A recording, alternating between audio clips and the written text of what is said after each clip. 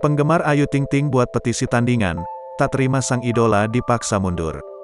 Diketahui pedangdut Ayu Ting Ting mendapatkan petisi agar di-blacklist dari dunia televisi. Merasa tak terima, para penggemar pun membuat petisi tandingan yakni, Save Ayu Ting Ting. Petisi tersebut dibuat oleh seseorang dalam akun Iyam Kunto Aji Official 1, Minggu, tanggal 1 Agustus tahun 2021 kemarin. Sang penggagas petisi mengaku mendukung Ayu Ting Ting untuk selalu bekerja di dunia hiburan tanah air. Meskipun banyak hujatan dan hinaan, tak akan membuat sang pedangdut memutuskan untuk mundur. Selain itu, akun Iyam Kunto Aji Official 1 merasa janda satu anak ini adalah artis yang berbakat. Kami mendukung Ayu Ting Ting selalu bekerja di dunia entertainment. Banyaknya hujatan dan hinaan tidak membuat dirinya dipaksa mundur dari dunia entertainment. Save Ayu Ting Ting. We love Ayu Ting Ting, seorang penyanyi yang berbakat dan mempunyai prestasi dan tidak memiliki riwayat cacat hukum. Kenapa dipaksa mundur dari dunia entertainment? Ujar penggagas.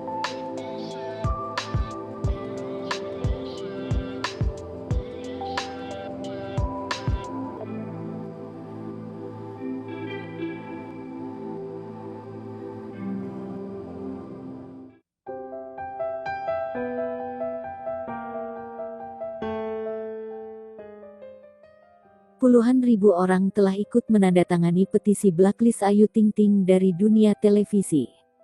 Belakangan nama pedangdut Ayu Ting Ting tengah menjadi sorotan publik. Terlebih setelah muncul sebuah petisi berjudul Blacklist Ayu Ting Ting dari dunia pertelevisian.